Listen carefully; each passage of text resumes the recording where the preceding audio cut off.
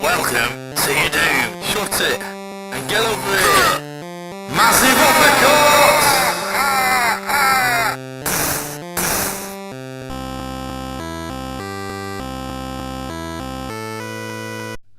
Hello and welcome to the JabJab show. This is the idea of this little segment you're watching here right now live is just an introduction to a film review. One of the early film reviews. At the time, I didn't have any kind of intro and outro ideas and so on, so this is just gonna be kind of bunged at the start of it, and let's see what happens. So bear with me, and we'll get there. I mean, I'm aware the sound quality and the visuals might be a bit rubbish compared to now. Obviously, you can tell I've got thousands of people behind the camera now watching because it's such a big production. 15 trillion quid worth of production. Anyhow, without further ado and all that, so this is my review for A Thing. Okay, apologies if I hurt myself while turning my head. I've got to move it like Batman because I've got a hurt neck, but that's enough of that. This is the review for Teenage Mutant Ninja Turtles Out of the Shadows. Okay, well, first things first, I'm a big-ish Turtles fan. I remember playing a lot of the video games and what have you, and on the arcade, the Konami one is great. The Konami one is lovely stuff. Anyhow, and I liked all the Turtles growing up and what have you. I'm a fairly big fan. I didn't have all the toys, I didn't have very many. That being said, I know about the Turtles enough to know that when you watch a Turtles film, you expect certain things, to make it a Turtles film, to make it like, how you remember it and so on. So I usually go into watching a film, either home, cinema, wherever, to get a general idea of, what to expect kind of thing. So, what I'm saying is, like, you're into a Turtles film. For me, it's like, okay, it's going to be a bit silly, going to be a bit, it's going to be stretching your disbelief, suspending your disbelief a little bit and so on. And it's that, it captured it pretty well. I like, and it basically follows on from, the prequel, well, it's a prequel, like, from a couple of years ago. This time, Shredder gets out of prison, he enlists Bebop and Rocksteady. By the way, no spoilers. Well, not very many. I don't think there's going to be spoilers in this one. Don't want to anyway. So if you've seen the trailer, like, that's cool. But if you haven't seen the film, I'm going to say stuff that's in the film, that's in the trailers, in case you haven't seen it, and I don't want to ruin it for people. Okay, so basically, Shredder escapes prison, and he enlists the help of Bebop and Rocksteady, with these idiot thugs, and they create, they get some stuff, and they create Bebop and Rocksteady as you know them from the comics and the cartoons. Okay, and then they take over the world. They got a whole little plan. There's another introduction to a classic character. You probably may know who that is, but he or it, whatever is in there, or she, I'm not going to spoil nout, is in there. We got the regular cast of characters that were in the first film, by and large. Introduction of Casey Jones and whatever, again in the trailer. Them's the story in a very basic, in a nutshell. So I wanted to like it, and by and large I did like it. I liked the Turtles in this one. I liked the camaraderie, the kind of the brotherhood, the kind of friendship they have. I mean, they got struggles and whatever to try and make a cohesive team. I like all that thing. I'm not gonna say shit. I just say shit. Oh well. So I like the Turtles in this film. They were a dysfunctional team sometimes, but they were a team nonetheless, and they were good. Damn nuts. They were fun. What I also liked about it, was and it could have gone either way for me. You know, looking at the trailer, it looked like Bebop and Rocksteady. They were good. I liked them a lot. There's a lot of fun. Now, let's say, you know, if you're familiar with the cartoons or whatever, you know they're just bumbling idiots. That, you know, they just get into some scrapes, and you know they always like let down Shredder, like sorry boss, and all the rest of it. You know, and it's good to keep that. It's really good because it's what you expect. They're a lot of fun.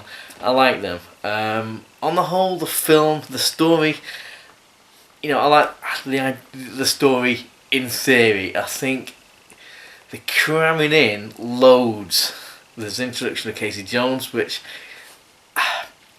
I'm not sure he didn't really do a lot for this in this film. He did some bits, but some bits I wasn't quite with, you know, understanding what his point was, kind of thing. You know, the point of him in the film.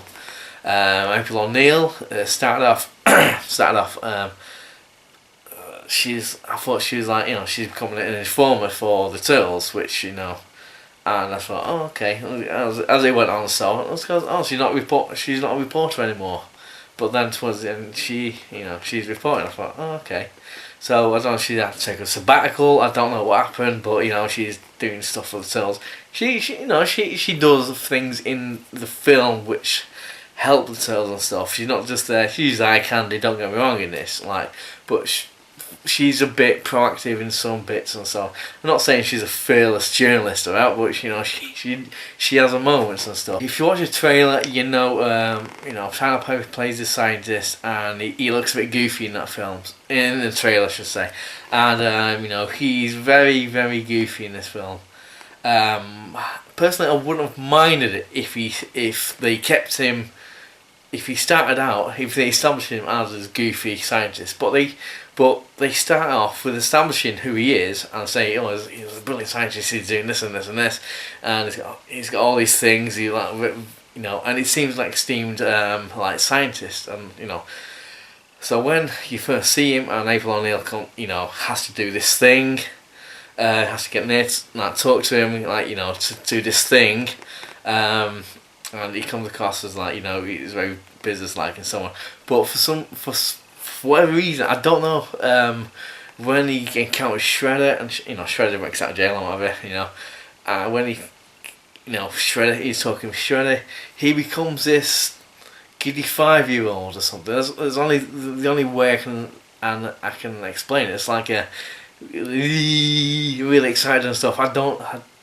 I don't know where it come from. For me, it's a little grating. And I'm not saying that it's a character arc. I mean, you don't come and watch a Turtles film really for kind of serious drama where one bad character or one good character over the course of the film either goes good or bad. Learns from their ways or something. I think he's just a walking caricature. I just didn't buy him as a scientist. You think. If they establish him as, say, a mad scientist, a disgraced scientist, something like that, or a bit kooky and eccentric, then I would have bought his character a bit more. Will Arnett is back, and I liked what he was doing. It's just there's one scene in particular that I thought, no, this is stupid. There's a lot of things going on, especially building up towards the end and stuff. I thought the storytelling. Like I say, I didn't mind the story. The story in theory was good, but it's the way it was told, the way it was scripted. Sometimes it was overly patronising, I'd say. I mean, yeah, they're aiming for, they're going against the grain of, say, Batman, Superman, where everyone's like miserable and whatever, and everyone's like, we gotta fight. That's good, that's commendable, because that's not what Turtles were really. Well, for me anyway. The Turtles weren't dark and brooding. Like, fuck you, man. Things were happening kind of illogical. None of this is set in the real world. There's obviously extraordinary characters and all the rest of it. You buy into the fact that the Mutant Turtles and all the rest of it. But it's set in the real world. But there's things that happen that defy the logic of how. For me, it just kind of broke reality, and sometimes that took me out of it and said, no, this is silly, this is too daft. The story shifts too fast, they slightly got too much story for the running time. I don't know, but maybe they could get rid of a lot of stuff that I didn't think worked that well, and just streamlined. I don't know. It just seemed like that no one seemed to be in peril. You got Donatello with his Tony Stark kind of glass goggles, and he's going, oh well, this is happening. Blah blah blah. Okay, we've got to do this, got to do that. There's a time towards the end battle again. It's set, in a big CGI thing, and I just felt there were times within this final battle where I was too aware. I was watching a CGI thing doing a CGI thing. Like it looked like a Turtles video game. Modern, like current generation Turtles video game thing. It kind of pulled me out a bit too much, and it happened now and again, but certainly towards the end. It reminded me of like several, because I've got there's numerous problems I have with, say, Amazing Spider-Man 2. The end of the fight was very much like, and it even showed it in the trailer, and I saw the trailer for that film, I thought, this looks like a video game. And in the final film, yeah, it does look like a video game. It's like same with this. I felt, I was just watching someone playing a Turtles game, like a boss battle kind of thing. I thought the script was dumbed down. Let's say go back to a very early scene where April O'Neil's gonna she needs to download something off the scientist, laptop. And it's established like, oh, remember that thing you got me, Donnie? Oh yeah, that watch. Yeah, I'm gonna use it to download this thing. So, and he goes, oh, you got to be in such and such a distance or it won't work. So she's there in this place, and she looked down, and a fucking hologram watch comes up saying, big letters saying, not in range. I thought, well, that's pretty distracting. Basically, there's a lot of people about, and no one turned around. It's like, what's this you got on your wrist? But so I thought, not in range, and she gets talking to him, she gets closer, and he goes, in range, download it. It doesn't say it, but like verbally, but like the sound comes out, but big letters saying in range, downloading, like 40% whatever. And I thought, it just made me think, is he gonna be as kind of dumbed down as this? Is certain things gonna be explained as though we're like 3 or something? To me, that's not really a good enough excuse, because you look at say a lot of Pixar things, Disney things, but it's ostensibly for kids, but they're not. Most of them aren't dumbed down. Most of them aren't. You can watch it as an adult or teenager in your 20s or whatever, and you can still, and you don't feel like you're being patronised. For me, it's not a disaster, but it could have done without the dumbing down, basically. It's a 12A film. They could have made it a PG if they took out a few of the, basically, some of them, there's a swear word in there, there's shit, basically. There's maybe, I don't know, there's no real, like, explicit combat, there's not like, faces being crunched together or anything like that. It's all fairly tame-ish. They could have made it as PG. Either way, that's no excuse for them to script it the way they did. So that's in a half shell. My heart, what I did there, came up with that right now. But that's in a half shell what I'm saying about the film. So them's my opinion. What's yours? Just let me know below, and like, comment, subscribe down there. Yeah, not pointing out a rude thing. I'm talking about the comment section. So yeah, let me know what you reckon, and tell all your friends and everything. And in the words of the new Cyrus, send the word.